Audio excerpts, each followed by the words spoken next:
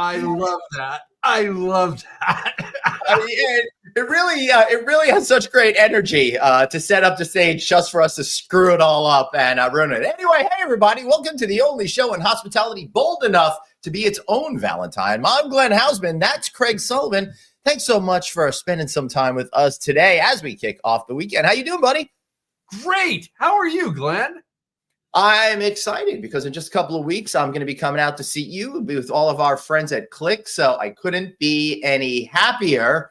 But I'm also a little kind of pissed off because I'm going to Texas next week. And no, that's not why I'm pissed off.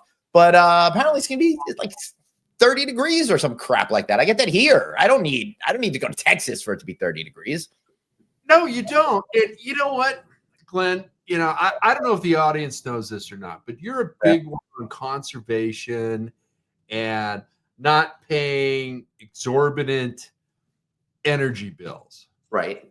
So are you putting bubble wrap on all the windows in your house?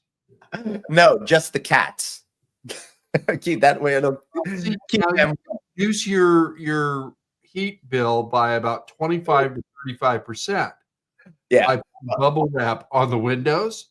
So clean them first, then spritz them again and put the bubble wrap up. Back in the day, I used to get that plastic stuff to put over the windows and stuff like that. But then I had to spend all winter looking through plastic. And that was not really fun. But if you have the bubble wrap, you could also pop them as you go by from time to time. All right. Let's bring in our guest. He looks like he's I was afraid he was going to ditch there for a second, but it looks like he's dumb enough to hang out. Anyway, today's guest is someone you may or may not know. He's a hospitality executive. He's been all over the place, but the cool thing is now he's out there. He's a keynote speaker.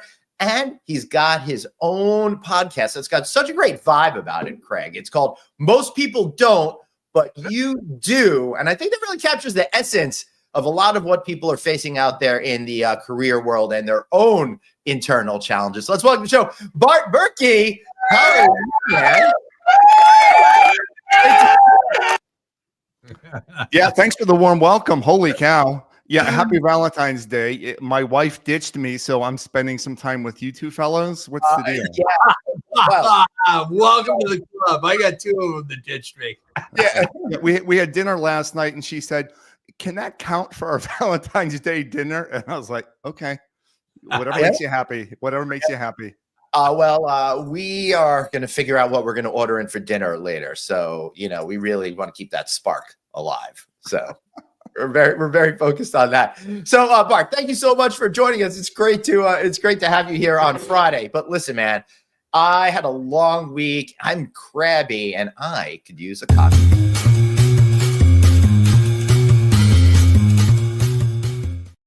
First of all, kudos to me for knocking that out really quick. Not only remembering it, but getting it real quick. So, Bart, are you drinking anything this evening, or are we just? Is that? I'm drinking non-decaffeinated coffee at 5 p.m. Eastern. Woo. Oh my god! Yeah, I'm bold. Yeah, man, that is freaking nuts. So, what do you have a shot of whiskey in it or something? Say that again. You have a shot of whiskey or something in it? No, I don't do the booze anymore. I'm straight caffeine right about now. So that'll keep me going for a bunch of hours. Listen, man, I think that's insane that you could pull off caffeine at 5 o'clock. I would be the only time I could do caffeine at 5 o'clock is seriously in Las Vegas if I know I'm going to be going out for the night.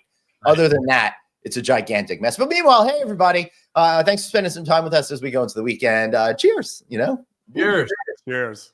Cheers. I was just trying to get ready for a Friday Night Audit. That's all. Yeah. We don't. So we appreciate you getting ready for us. So Bart, how did you make the dumb decision to be a podcaster like us two over here? Yeah. Well, I was with Ritz-Carlton for 16 years. Pandemic hit, things changed, and I just kind of decided, let me try to do something different. Everyone had to hit a pause in their life, and then you reevaluate things. Loved Ritz-Carlton, loved what I was doing and learning, but I began to kind of sense that more than just Ritz-Carlton guests, more than just Ritz-Carlton team members needed to hear good messages. So I wrote this book called Most People Don't years before it became organically very popular. And I said, I want to speak, I want to train. And in order to get the word out, let's use this thing called podcast, and have learned from people like both of you gentlemen and Suzanne on trying to refine it, trying to make it interesting, and then really trying to share like good things that I'm experiencing through the day, through the week, and to share that, right? Pull that in, because I'm always looking for good things. And in fact, I told someone today, I said, the world is really messed up today. There's a lot of things.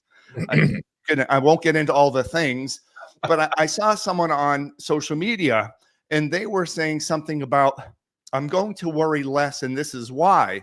Yeah. And I didn't even need to hear what the message was. I hit like, right? Thumbs up, share.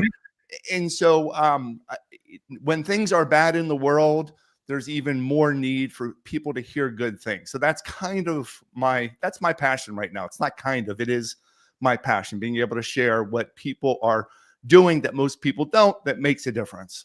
I love it. I think that's, that's what it's all about. You're getting back to hospitality. We give people a great place to go to sleep that's secure, but it's that interaction with the people and being upbeat and just, how can I help you? Yeah, and how you are making people feel. Yeah. That's it. And it doesn't matter how nice your house is, how nice your hotel is. It's if you are greeted warmly, if people make you feel welcome, then I'm going to have a phenomenal stay. Love it. Same, right? That's hospitality. And it can apply to all different industries. We know that, right? Yeah. Why not? Why not be nice to people? Why not be hospitable to people? Yeah, the real question is, have these two made you feel at home and comfortable? Well, our strategy is to really kind of shame people in submission. So you might feel a little of that. Yeah. There's a lot of that. Suzanne, so far, so good. Thank you. Thank you for caring to ask. Yeah, but that's kind of how I got started in that world. I love it. Yeah, and it continue to be able to talk to individuals that I observe, that I come in contact with, that do what most people don't do. And you can complete the sentence and you can interpret it however you want. There's a lot of things that people don't do. A lot of people don't reciprocate podcast appearances. Thank you, Glenn, for reminding me and accepting and saying, of course. Most people don't. Yeah, but that took me a while, and I felt crappy about it though, but I'm so glad that I have you here right now. Just so everybody knows, I was on his show. I said I'd get him back, and it took way too long for it to happen. Yeah, but the point is that you still did. Glenn, you still did. Craig, I'm gonna let me give out some points here. Craig, to immediately send me an email, to immediately send me a link, to immediately do a posting within less than 24 hours, and then make me feel good and respond back to my comment. Most people don't do that. Right. Suzanne, I wanted to ask your last name because pleasure to finally meet you, but I want to make sure that we're connected. And almost guaranteed, Suzanne probably already sent me a LinkedIn request if I didn't already do it. So that's what we can do for each other in this crazy hospitality world, or just in this crazy little blue dot that we're calling Earth. Yeah, I agree. That's one of the easiest things you can do. It's that smile, it's the hello. Those are all easy, should be very natural things for us. Yeah. And Craig, why do you think people are not doing certain things? I'm turning the tables on y'all. I think there's a multitude of reasons. I think a lot of people are very caught up right now in political scenarios, financial scenarios. We're going through a phase, I think. I get paralyzed by trying to figure out what to do for dinner, and that could go on for days, and I don't respond to any emails. Yeah. And you're also a gourmet chef, Glenn, so that pressure is just enormous on you. Yeah, Bart, my specialty is cat food and turning it into gourmet dishes. It's really sounds delightful. Yeah, I made some Marinos catch enchiladas the other night that were actually really delicious. So and most people don't, Glenn. Most people don't. Right. Fortunately, they're right in that category. Sorry, Craig. Why does Glenn have? Is that Oscar the Grouch on your shirt? No, it's the Electric Mayhem Band. Oh, okay. It's time for the Muppet Show. I thought you were going to play the Muppet Show music. Wait, isn't that Fraggle Rock? Yeah, no. First of all, Fraggle Rock on stage, I would totally go see that. We're gonna be there, Glenn. Come on, we put the ads out. We're joining Fraggle Rock. Hey, you know what? If Dave was here, he'd be like, Fraggle who? That came on. I was just a little bit too old for it, but I still like could probably sing the theme song and stuff like that. You know, people were smoking a little pot before they while they were creating that show. I believe that I saw that show before I discovered the miracle of cannabis's curing powers. You know. Hey, Glenn, I think you've got an envelope there, don't you? Yeah, I do. As a matter of fact, I've got this envelope right here, Craig. It's from some guy named Craig. I think we should open that, Glenn. All right. So Craig sent this to me with the explicit instruction: do not open until you are on Friday Night Audit. So been sitting here taunting me all week. I was looking at it on my bedstand last night. We were just staring at each other for hours, wondering what was in here. I'm kind of disappointed. My box doesn't say that. That's a personalized message. No, you got an email that said, but you can open the outer box, Suzanne, and show them the inner box. Okay. All right. I'll let Glenn go first. You know, I don't want to, ruin his excitement here. I guess we should do some ASMR like all the kids are talking about. So satisfying. All right, it's open. In.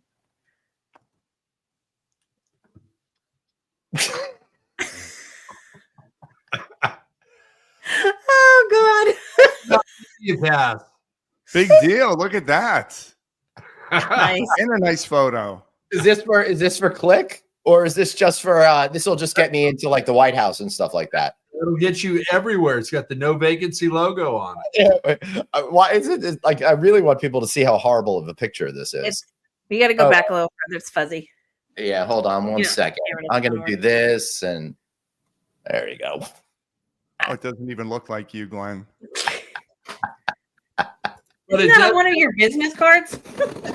No, it might make the next edition, though. My next series. Maybe I should. Make the next series. Yeah. You got a lanyard with that too, didn't you? Yeah. What? You got a lanyard with that too, didn't you? Yeah, I just put it on. Yeah. So Bart, all of my business cards, I have different pictures of them, like 10 or 12 different photographs, and they're all me being a dummy, you know, in one way or another. Like, you know, like hanging out with a llama, or, you know, drinking cocktails, or eating tiny hamburgers, you know, all sorts of different things like that. Those are images on your business cards, and they're Correct. different. Yeah, they're all different. And what's really fun about it, and I didn't go into it thinking about it, but it really is a conversation piece, because then everyone wants to see them all, because I give different ones to different people, and we get into conversations about, you know, I'll be like, let me pick one that I think suits your personality, you know, and it creates a conversational moment and something that like helps create a little bit of a memory, and will separate you from the 10,000 other people that they talk to at the cocktail. Here we doing what most people don't do. Again, brilliant. Yeah. But I will say, what I love to see is that when he does it and he holds them like a deck of cards, because people get excited about them. And then like, well, you may pick your card. I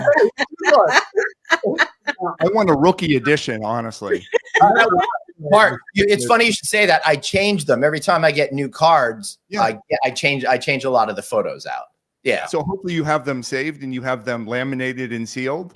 I don't know if I have them laminated, but I do have business cards. I literally, Bart, have business cards going back to my first business ever, which was called Glenn's Comic Collection, when I was 14 years old, selling comic books to friends at school.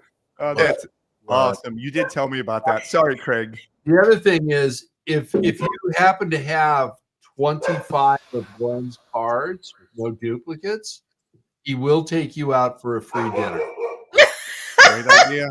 Bart, McDonald's or Burger King. Wow. I'll even strengthen Chalupas or whatever that wet burrito place is that you like so much.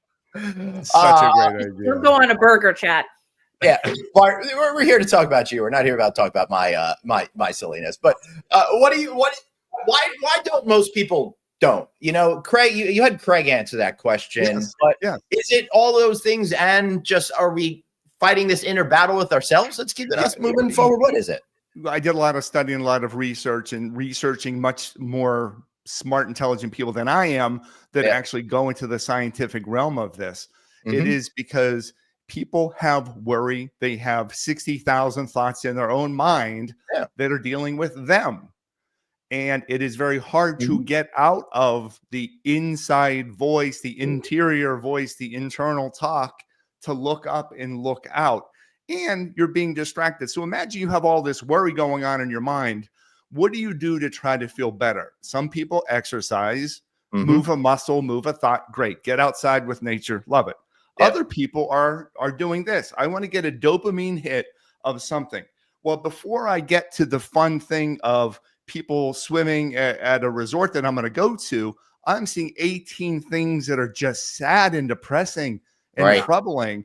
Yeah. And then it makes me think, oh my gosh, all these people lost their jobs. What if I don't get booked again as a speaker? Right. Oh my gosh, this person had a headache. Get out of my head. Yeah, this person's nose got bit off by a dog. What if my wife kisses my dog on its face and it doesn't like that? Like, crazy crap. We don't need that. We don't need that. No. So step one is try to get out of your own head. And the best way we can do that is focus on others. Right now, Suzanne, Craig, Glenn, all of your listeners, you are the most important thing to me right now. I'm not thinking about me. I'm not worried about me. I'm thinking about Glenn. I dig your background. I like that shirt. I want to get one. Craig, next time I come to California, I want to make sure that I say hello. Suzanne, I want to come see you in person sometime. I want to connect with you on LinkedIn. I want to learn about what you're teaching. We're already connected on LinkedIn. Right, just to clarify. Sweet. Thank you. Thank you. But those are the things. And sadly, those things take doing and take action and take motivation. And it's not always easy to find it. And that's why you kind of need to hear it once in a while. Right? Glenn, I'm feeling down. Can you give me a little poke? Can you give me a little uplift? Yeah. Craig, you know what? This really bothered me. Can you help? Like, we don't need to do this stuff alone. I'm loving the banter with your group. Thank you for inviting me into your little community. But you can see these are resources. Suzanne, you're having a bad day. You're going to call Craig or vice versa. You're going to figure it out together.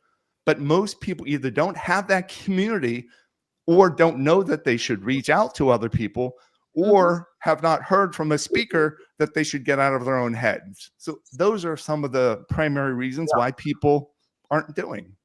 Yeah. Well, I would say, like, during the week, I am blessed because I get maybe 5 to 15 minutes with Glenn by myself before we go live. I don't know if that's a good or bad thing. You got our production costs. Those are great.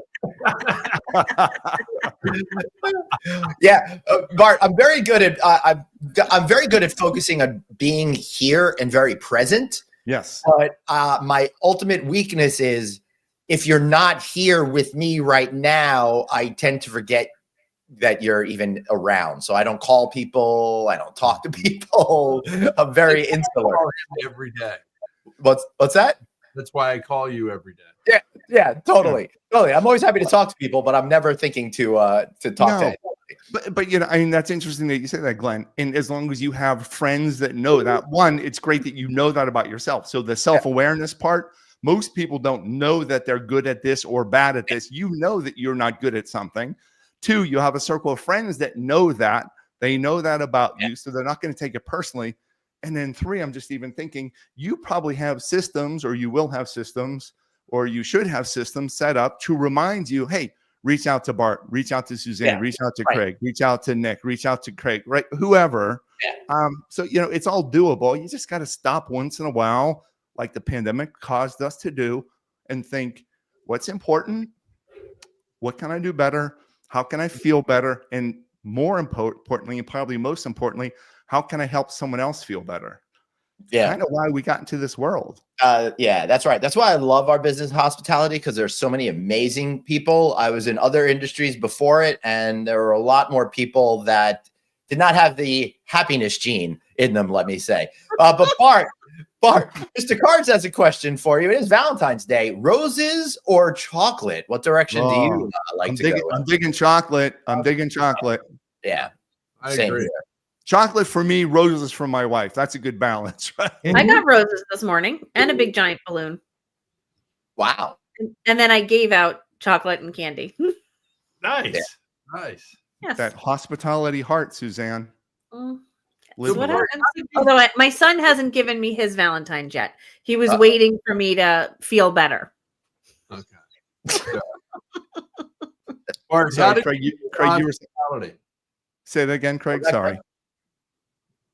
How did you get into hospitality? Was it a happy accident, or was it something that was your career path that you chose? Yeah. One of the interesting people probably that actually studied hospitality went to Penn State. Hopefully there's some Nittany Lion fans out there. And sorry, Suzanne. It's okay. I've been to the Nittany Lion Inn, and Donna Quadri Feliti up at Penn State is a very dear friend of mine. So it's all good. We're sisters in hospitality. All right, good. So I ended up following the footsteps actually of one of my sisters who was studying hospitality. And what I liked about it, it was a nice balance between business and people. Yeah. And that's kind of why. So studied hospitality, started work with Hyatt, did that for 10 years, a couple of CVBs for a few years, and then Ritz-Carlton for 16 years until starting this full-time 6 years ago. Wow. So I got so many questions for you, but what made you do what you're doing now 6 years ago? Because that's pretty, it's a pretty bold move to quit a job and start a podcast and try to be a speaker. And as someone who did just that, I still don't know how I did it. Yeah, no, it's not easy. And I know we talked about your journey, Glenn. Right before the pandemic, and Glenn, I don't know if I shared this with you or not, but right before the pandemic, I was undergoing just routine nose surgery for a deviated septum that I broke when I was a kid 40 years ago. And sadly, during my recovery, I had a heart attack. Oh my God. And that was, you're not supposed to have a heart attack. You're in a surgical center. You're an outpatient. They told my wife, bring the car around. He's ready to go home. He's fine. And then heart attack. Wow. So rushed me to the hospital next door, saved my life. Very grateful. But that just kind of also put a pause into that was my body telling me something, that there were changes within the organization that I was currently working at, and I didn't fully agree with it. Things that were beyond my control. Yeah. And then what I chose to be able to control is my destiny. Yep. I knew I believed I was a good speaker. I believed I was observant to the needs of others. I knew I was a great sales trainer. I knew the book was popular. I knew I had a runway because of the pandemic. I had a runway. Bart, if you take the early retirement package, you're going to get a runway. Not a massive runway. Yeah, but enough to convince you to gamble on yourself. Yes. Yeah. And that was not, let's put it this way. It was an easy decision to do, not an easy decision to continue. Runway, sold my stock, very supportive wife, and it just started taking off. And I think why it started to take off is that I was being me the whole time. Yeah. I was being authenticity, authentic. I was being caring. I was being sarcastic. I was being observant. I was being empathetic. I'm trying to be quiet when I should be being quiet. If Craig gets something, I want to make sure that I pause. Craig, did you say something? Glenn, whenever you go off camera, I'm a little worried that I say something wrong. I want to make sure that we're including Suzanne in all of the dialoag. You're more caring about me than they are, so don't worry about it. Thank you. Wait a minute. I'm just kidding. Glenn, that's how it happened. That's how it started. And my wife is now helping me full time. Her name is Terry. And she just said, are you stressed? And I'm like, no. She said, does it feel like we're working hard? I said, no. No. No, because no, I mean, yes, we're working hard. Yeah. But you've heard the expression, right? Oh, I know. You find a career, you find a job, or you find your passion. Yeah. And there is nothing else that I would rather do on this earth right now than what I'm doing right now. Yeah. And I wouldn't have done it unless heart attack and pandemic. Wow. Wow. When you talk about being victim or victimless or victor, right? I think that's how this, and this happened for me or to me. Happened for me. Not easy, but oh my gosh, it is the best thing in the world. Love it. Yeah, it really is. It's fantastic to find what you love. Craig? I was going to say, Bart, how did you come up with most people don't? I was for a while. I was a recruiter. So in addition to being global sales leader, sales trainer, I was also recruiting for Ritz-Carlton for a short time period. And I would go to university, Suzanne, you would appreciate this. And I would try to come up with something very simple that the students could hold on to help them do better when interviewing. Yeah. And I was just racking my brain. And all of a sudden, and I have a clip from like 1990, whatever, of me speaking to a group in the Penn State newspaper. And it was me writing on the board, MPD, most people don't. Wow. And it stuck. You know what I'm saying? It's stuck. I need more coffee. Hold on. It's stuck.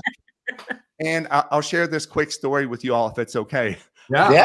I mean, that's what we're here for. Yeah. Okay, good. I was at the university, and it was they called them smokers back then, but the receptions before the interviews. Do you remember the smokers? It was the reception before the interviews.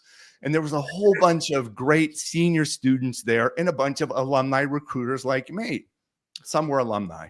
So I noticed 4 students that were only talking to themselves in the section of the ballroom. Right. I thought that was strange. So I went up and I wanted to make sure I was including people. Then I made them feel comfortable to see if I could help. Hey, I'm Bart. I'm a recruiter with XYZ. I'm just curious. You all are just standing together. I'm curious why. There's great companies within this room that want to talk to people like you. They gave me 2 really weird answers. Yeah. First one was, we haven't seen each other for a long time. I thought, not the answer you would want to tell a recruiter. Yeah.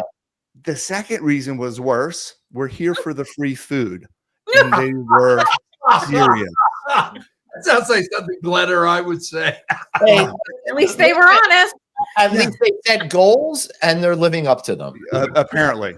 So Yeah. I thought, let's see, how could we change this behavior? So I thought, people like games. They like challenges. I'll give you a challenge. Go around and collect as many business cards as you can within 1 hour. Yeah. And this is when business cards were very prevalent, often with photographs of people going back at least 10, 15, 20 years. Yeah. Glenn, yeah. Well, that's why I get a new set every time. So I don't like, why don't you have gray hair in this picture? You know, what's with the bar mitzvah tallis that you wear? You know. So when I gave the challenge to these students, they're like, "Sure, Mr. Berkey, we'll do it." An hour passes by, right? Collect as many business cards as you can from the recruiters. Great challenge. I extended the offer to 4. An hour passes by. I said, "Meet me the same corner of the ballroom." Guess how many people show up? None. Wow. Suzanne knows 0. Then it gets even more interesting. The Did you next offer them a morning. cash prize? Pardon me? Did you offer them a cash prize? They were going to get a gift card to their favorite local restaurant, which would have been $50. You showed up. Wow. That's huge. Yeah. To the place where only parents would take them. That's how Right. $50 would go a long way in this town. Yeah. So the next morning, Craig, you'll appreciate this. 8 a.m. I'm doing one-on-one interviews. The first young lady that arrives hands me her resume. I look at the resume. I look at her. I recognize her. No. And I said, wait a second. We met last night. What happened? Why didn't you show up? Yeah. And her response was, I didn't think you were serious. Interesting. So I could have been very direct and saying, well, it doesn't look like you're very serious about your career, but I didn't. I went through the interview. Obviously, we did not select that person, but that just gave me the sense of how can I teach others? Do what most people don't do. Accept the challenge, show appreciation, show gratitude, be early. Remember names, right? Be unique. Give out different business cards. Invite people to your conference. What are you doing on March 4th or March 5th? Come on, be a guest of mine. Most people don't do those things. So in recruiting for jobs, most people don't do certain things. But then I started to recruit for very senior level roles, like phenomenal GM roles and directors of sales and marketing. And I found the same thing. Really? I found the same thing. Yeah. And I'll share this last quick one with you. Oh, take it. We got at least a half hour. Okay, got it. Laguna Niguel, Ritz-Carlton. I'm out of snappy retorts, so take over, baby. Ritz-Carlton, Laguna Niguel. Well, very close to you. Phenomenal job. Director of sales and marketing job was open. And Suzanne, this is a role that does not open up very much because it's a phenomenal property, right? Great people, great service. Yeah. So I thought you only have to work half as much and you get twice as much coverage. Yeah. So I thought, let me find a great candidate. I interviewed 50 well-qualified candidates. Wow. 50. And then I waited a couple of days. What do you think I was waiting for? You were waiting for that thank you message. Yeah. The one person that would follow up. Suzanne, you said email message. No, I didn't say email message. I said thank you card. Oh, thank you card. That's even more important. And I'm sure that's what you teach your students. I was waiting to see who wanted it. Right? Nobody really wanted, who was passionate about this job. And so I give this example. I said, how many people out of 50 do you think send an email? And audience members will raise their hands. Well, how many do you think out of 50 would send just an email? Ballpark. Maybe at best 2. Okay. Glenn? 5. Okay, a little bit more. We had 10 that sent email. 10 out of 50. All right, that's not bad. It's more than I would have 40, but 40 didn't. 40 didn't. And I share this in the subject line. Right. If you type now, I'm sorry. I guess Suzanne's bored by what Bart said. I'm really not. It's only Friday night. I'm having tech issues. Should I wait? And that's how the story went, Suzanne. Are you? Oh no, I'll tell you the end. End. Craig, you had a question, and I'll tell you what happened. No. Please finish and tell us what happened, because this is really fascinating to me, and I'll hit you up afterwards. Okay. Thank you in the subject line. Yeah. 9 keystrokes, including the space. 9 keystrokes, and I've timed it. It takes 1.7 seconds in the subject line to type. Look at you, fancy quick typer. That's like 2 hours for me. Yes, well, I'm quicker. But if people would have done that in 1.7 seconds, you would have gone into the bucket of people that did. Right. Yeah. Okay. And then, Suzanne, you are right in line. How else could people follow up? They could write a handwritten note card. They could send a text. They could actually pick up the phone and call. So the number of people that were doing these things dwindled, right? 10 emails, but then 5 people made phone calls, and 3 people did that and sent texts, and 2 people did handwritten notes and did this and did this. Wow. And then one person did email immediately, handwritten thank you note, texting, voicemail, and here's the job description. Here's my resume. Here are the things that I can do to help you 30, 60, 90 days. A couple pages. Bear with me. They got it bound at an office store. You know, one of those little plastic binders. Yeah, we called that Incos back in the 90s. I was going to say that, but I don't know if people knew what that is. A FedEx office. Yeah. But then they sent it overnight to me. Wow. Okay? That's the person that got the job, held that job for 8 years, got promoted. She's still the general manager of the Ritz-Carlton Palm Springs. Shout out Shannon Gilbert for doing what most people don't do. Wow. That's great. Impressive. That is impressive. Yeah. So if we can do that for a job, if we really want it, I really love my wife. Can I do extra efforts for her? I really love my kids. Can I do extra efforts for her, for them, for him, and for her? I love my dogs. I really want to get this one client. Can I over deliver for the client? Yeah. And that's hospitality. And you know what's interesting, and hit pause on me anytime. Are we still good? We're good. Keep going, man. Yeah. Right. I did an online presentation. Honestly, you're so interesting. This is the quietest we've been in years.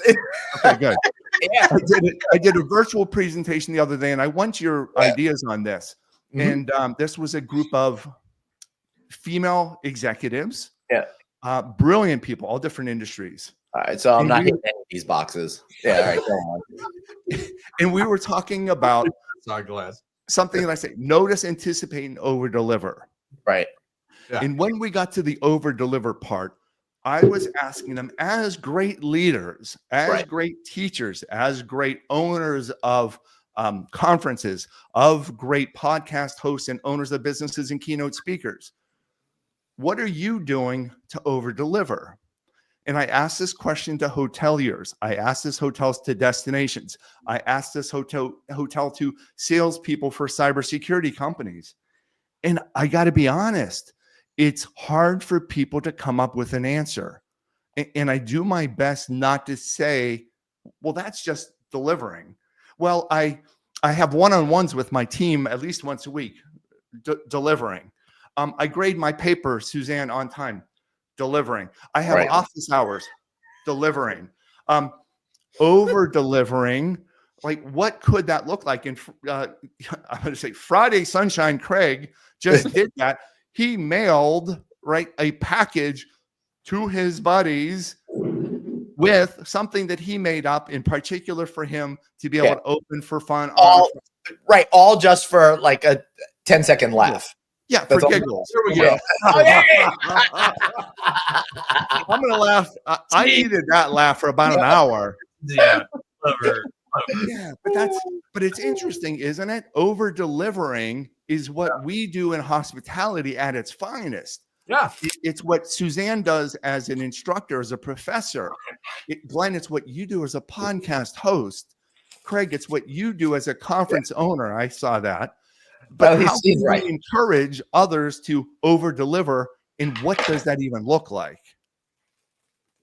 You know, So, am I allowed to finish opening? Yeah, I think you why are. don't you just show the box? You can't open the box. Yeah, I know, just the box. But no, over delivering has always been something that I believe in. When I worked for publicly held companies and all that, it was always about having something coming across your client's desk. Right. Whether it was a voicemail, whether it was snail mail, email, something. There was always something coming across. Great. And, when we got the victory, when we closed the deal, okay, Yeah. everybody celebrated. Now, if it didn't go right and we didn't get the deal closed, it was about a post-mortem.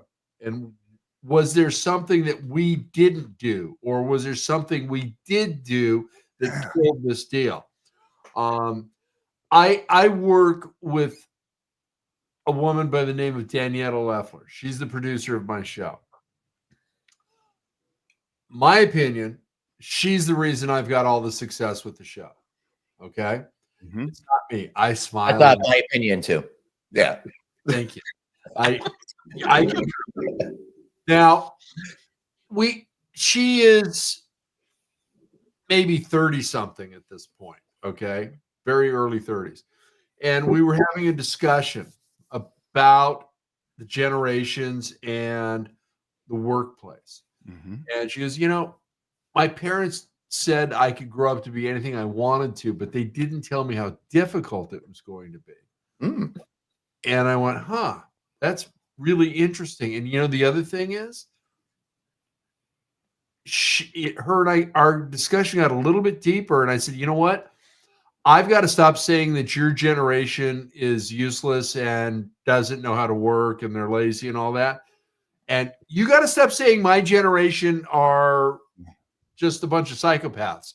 Well, Which they're pretty right about. I mean, I'm the tail end of the boomers. Glenn's the next generation after that.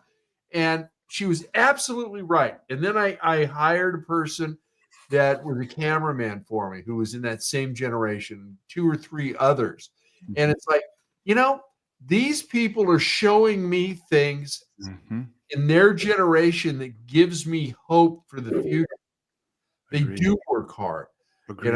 They work differently. And then it got back to me about when I first started my professional career and I listened to the older boomers going, oh, you're just lazy. You don't do this. You don't do that. And it's like, fuck you. I work differently. And that's really what it's come down to. Yeah. Differently. Look at,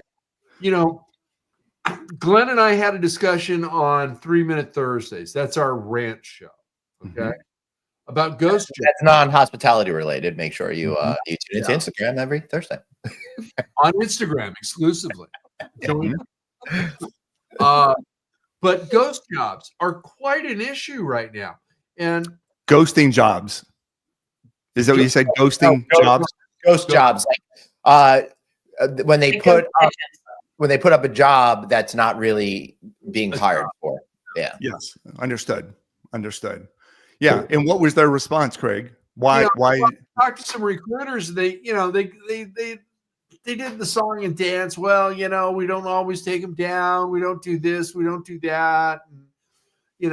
And it really left me with the impression. I also saw a news article on this that you've got a lot of companies just fishing. They just want information. They're looking at how they're either going to pay their people more or less.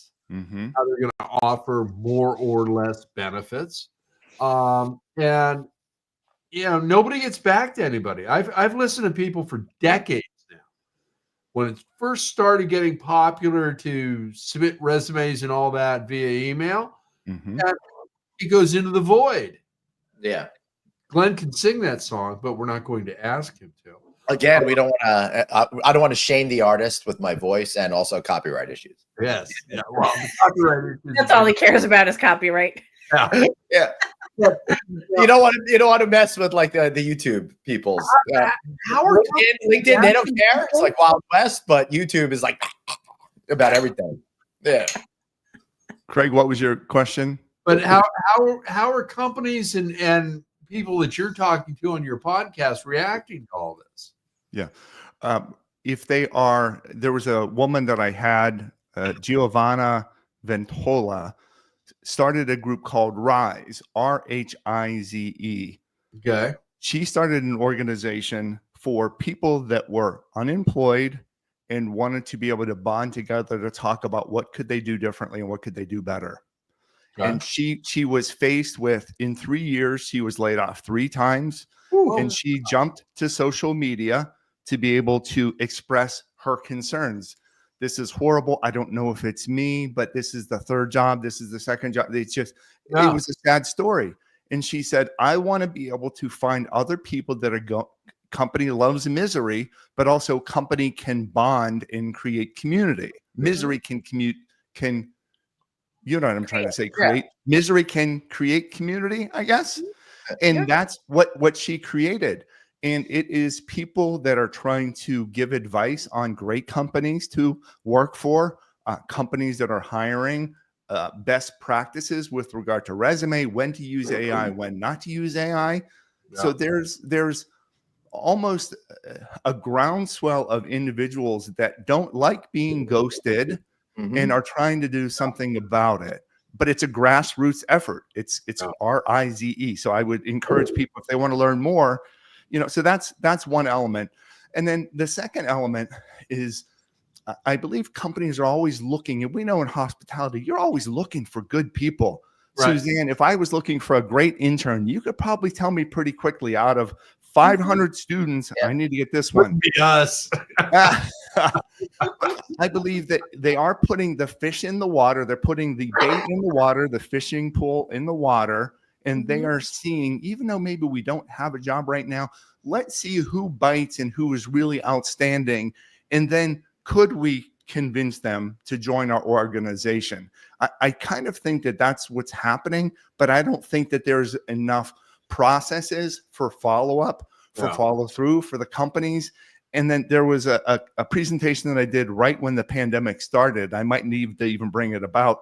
It's called "You Are Remarkable, Not Redundant," because people were losing their jobs by saying, "Oh, so sorry, Craig, you're no longer needed. You are redundant." Well, it's not Craig you that's redundant. It was that position that they didn't have a need for anymore. So let's be very clear on you as a human being. And I get really mad at this. You are not redundant. You are remarkable. People need to be reminded of that. And there's a whole lot of people that are losing their jobs right now. I do want to say I wish Dave was here so I could have told him how he's not remarkable at that time. That would have been fun. Wait. Sorry. Maybe he was already deemed redundant, and that's why he's gone now for tonight. Oh, We only need one producer. It's amazing. no. Will he listen to the recording? No, that's too redundant for him. Yeah, but he is well aware that he will be made fun of. So it's not. All right, fair enough. Yeah. Yeah. Now, It's a different world. Craig, what are your thoughts? My thoughts are this. Okay, there was a piece that I was reading yesterday, and this is somebody I used to have the utmost respect for. Okay, and that's Jamie Dimon at JP Morgan Chase. Okay, I lost all respect for him and that organization when they were caught manipulating the LIBOR out of London, and they just wrote a check, and it was business as usual. My opinion, that's bullshit. Somebody should have gone to jail. Okay? Not going to happen. White collar. But, they're coming off one of their best years ever. They've made money hand over fist. They have been more profitable in various aspects of their company across the board. And they're telling their people they have to be back in the office 5 days a week, that they don't trust them. Yeah. Okay? Basically, that's it. They're not trusting them. And these people have all worked their asses off. Now, if I can do 8 hours work in 2 or 3 hours, doesn't freaking matter. Doesn't matter. Yeah. Again, it gets back to that argument of people looking at the generation below them and saying, you're lazy, you don't know what you're doing, you're not working right. No, I work differently and I work better. Okay. Yeah. This freaking device in my pocket. Okay. And Glenn's heard me talk about this 101 times, so this will be the 102nd time. He's got more computing power. Actually, the 107th. Apollo spacecraft. Yeah. I can do anything in the world with that phone. Yeah. But I choose not to. Yeah. Okay. I choose not to. Yeah. Glenn, and I'm curious, Glenn, are you also finding that different generations can work effectively? Yeah, I think they can work effectively. Although from the observation I've had with the most recent generation, Generation Z, the alphas are a little too young. I think there's a little bit of not knowing what they're really supposed to be doing. I think being the COVID generation in a lot of ways kind of warped things a little bit. And they've grown up in this world that's very specific to this moment in time that is extremely different than what each and every one of us did. And I think it's causing some problems that we don't fully grasp or understand yet on both sides of the equation. I don't necessarily think my kids are where they need to be. They're certainly not where I was because we grew up in a different universe. I want to highlight 2 words, and I want to ask Suzanne, if you don't mind. Not knowing, indifferent. So far, not knowing, indifferent. Suzanne, you are a phenomenal professor, seeing kids of all different abilities. What is your perspective with regard to, are kids getting things done differently? Are they still effective? Are they still working hard? What's your thought? Well, here's the unique piece that none of you have had the unique experience in doing. That's a good one. Is that AI is a tool that none of you ever had at this point when you were in school or even when you were working. And so how now does that tool itself be able to support as a companion or is it a matter of it's overtaking or it's not allowing their critical thinking skills? And so I'm worried about that. And that's the big piece that, like, I just interviewed the dean this afternoon for a future airing on a show. And that was the piece that we're trying to really vet through, is what is that critical thinking skills? I would say the other piece that, two things that come into play. As much as we think they're great with technology, they are still struggling. And maybe I came up in the generation where technology wasn't always working and I had to figure it out and had to figure out why and had to fix it. That's interesting. Now, like, I'll work through it. And sometimes I don't have time right then and there to fix what that is or get to the bottom of it. But in the same token, I'm finding that several of these students, they just kind of give up and don't leverage the use of their resources and really dig through how to solve that next component. But the critical thinking aspect, I'm really kind of worried about. And most of these folks truly have lived through an era of COVID where they did have to use technology. They did have to be more one-dimensional on video and what have you. And now, I want to say people were passed over, right? But they were advanced and kind of the path of least resistance to get there. And so you're still going to have some of that runoff for a little bit of time until this next go around, where educators were really like, okay, we have a serious problem. We need to buckle down and fix this. Okay. I need to share one story that wraps up all of this. And we have a fox right outside of our house. That's fine. Oh, that's fun. One story that kind of wraps in all of this. Suzanne, you were referencing about resources. They didn't necessarily know how to use all the resources to figure it out. Glenn, you were talking about a difference. And what was the other term? I don't know. That was like 5 minutes ago. We got a couple minutes ago. Consciousness here, baby. It's Friday night. And then Craig had also given a great point. So I want to share this little study that I had done with a group recently. I bought a bunch of toy cars off of Amazon. Each car contained 26 pieces, and it was designed for 3 to 6 year old people. Great. 26 parts. And I had two different groups. One was a younger group of leaders. One was an experienced group of leaders. And I said, okay, time yourselves. Here's the rules. You need to put it together, use every single part. You need to be able to push it for at least 3 inches. And that's it, right? Great. One person being the timer person, let's go. The younger group tried to figure it out, but there were roadblocks in the way. And I don't want this to be disparaging to any younger group, but this is just the facts. I didn't include batteries with all of the little plastic wrenches. So one group didn't have batteries. The other group did have batteries. Okay, so things are a little bit uneven. I said you could use all your resources in the room. The younger group didn't figure it out. They had the wrench without the batteries. This experienced group did this. All the resources in the room. Bart, you've done this before. You're a resource in the room. Can you come help us? Using the resources, figuring it out. And then the best part, I think, was our learnings where the experienced group looked at the picture. They looked at a picture because they were used to being led by people that were leading by example. And when we look at some of the younger generation, when they get into the workforce, Suzanne, they might not ever breathe the same air as their boss for years. Who is paying attention to them? Who is showing them what this picture looks like? So coming full circuit, when we talk about over-delivering, and I am getting frustrated because people don't know what over-delivering is. I meet with my team, right? I got their car. I delivered them breakfast. They probably haven't seen the picture of what is possible. This is what over-delivering looks like. You know that Glenn loves the Muppets, so the next time he comes into town, I'm going to get him a shirt in the correct size. I'm going to leave it with a little note with a little Miller Lite if that's what he's drinking. And I'm also going to get him a little necklace that says love in the shape of a surfboard because that's in his background. And I'm going to let him know, thank you for coming to Click, Glenn. I am proud to know you as a friend. That is over-delivering. Well, let's show that picture to people.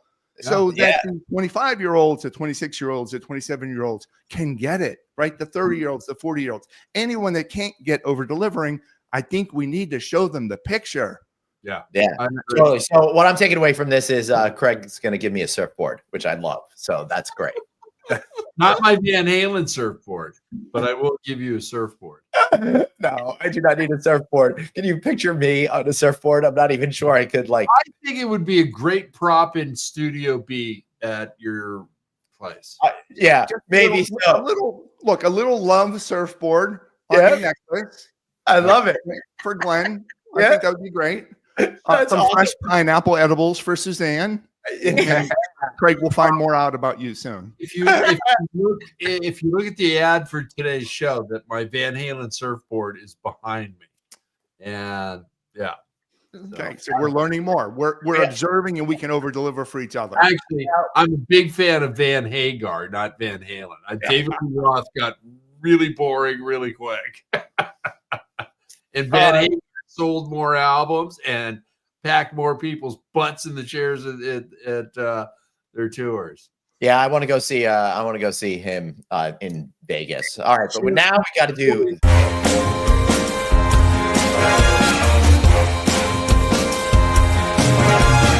That's right. It's a plug-a-palooza. The reason why you turn into the show to listen to us shill our stuff and get you excited. So, Bart, tell us a little bit more about whatever your speaking gigs, your podcasts, any of that kind of stuff. It's your platform. Yeah, thank you. And thank you for having me. It's fun. It's just nice to be real and comfortable and relaxed on a Friday night with some new friends. So thank you for that. Easiest way to find. We totally screwed up because that was not our intention. No. We were I loved it. So blame me for loving it. Easiest way to learn anything about me. It is most people don't. There's no apostrophe. Mostpeopledon't.com. You'll get links to what I speak of, keynotes globally around the world, the podcast, the book, and other things. But I just, we are trying to do our best to help people feel better, do better, and get better. That's it, by taking action and by doing. So thank you. And let me yes. And his latest episode has our friend Shannon McCallum on from Resorts World. So go and check that out. We love Shannon. I've done a lot of stuff with her. So make sure, please go check that one out. You're going to love her. She's done a great job at extending her brand at Resorts World and extending her personal brand as well. Suzanne, how about you, baby? It is time to register for my AI and machine learning class. It's open up to the hospitality industry. So hit me up, connect with me on LinkedIn, hospexeced@fiu.edu. I will happily get you registered. I love it. Craig, big time. We're getting really close, aren't we? We're getting really close. But before we do that, Dr. Producer Suzanne has to hold up a black box that she has. On the 28th, the first ever Friday Night Audit Awards. What's in the box? We'll find out. Find out until next week. You cannot open it until she's live on the air with us. Do I have to wrap this back in the bubble wrap to fly with it? Okay. No. Well, it was like really wrapped. Yeah. No, that's because we wanted it to get there in one piece. Okay. All right. Well, it's going to travel with me to Alabama. Yeah. So we've got our first annual award show coming up on the 28th, and we hope you all can join us. And then on March 5th and 6th, the 8th annual California Lodging Investment Conference at the Westin in Long Beach. Join us. We've got brands, we've got lenders and brokers still getting deals done, management companies, asset management, owners, operators, third-party professionals. We have also got our trade associations there. We've got 3 keynote speakers, and we've got 4 panels that are just going to give you all types of great information. Register at cliconference.com. Excellent. And I will be there as well, but don't let that stop you from registering. Check out cliconference.com. Hey, it's great seeing you all here. Next week, I'll be in Fort Worth, Texas. I'll be doing an event for our friends over at Visual Matrix. Then I'll be at California Lodging Investment Conference. And then after that, I'll be hosting Remington's annual conference, going right into the Hunter investment conference, and then I'll be doing a speaking gig for the Houston Hotel and Lodging Association. That should be fun. So I'll be gone for most of March, and I'll be on a plane next Friday. So unfortunately, we won't be able to do a live show, but we will be doing our award show, as Craig said, on the 28th. Yeah, Craig? Will you be on GeForce One? Unfortunately, it's under repair. Right. Oh, I know you just got it painted. You set a airspeed record going from the West Coast to the East Coast. There was a lot of damage done with flying cross country at such high speeds. They basically have to take the entire thing apart and reassemble it. But I got some great guys. I got these brothers, Larry, his brother Daryl, and his other brother Daryl. So now you got the I'm glad you got that, Bart. I'm Our like, wings. all right, where we go with this? All right, everybody. Thanks so much for being here again. We're not here next week. For the one and only Friday Night Audit. See you all later.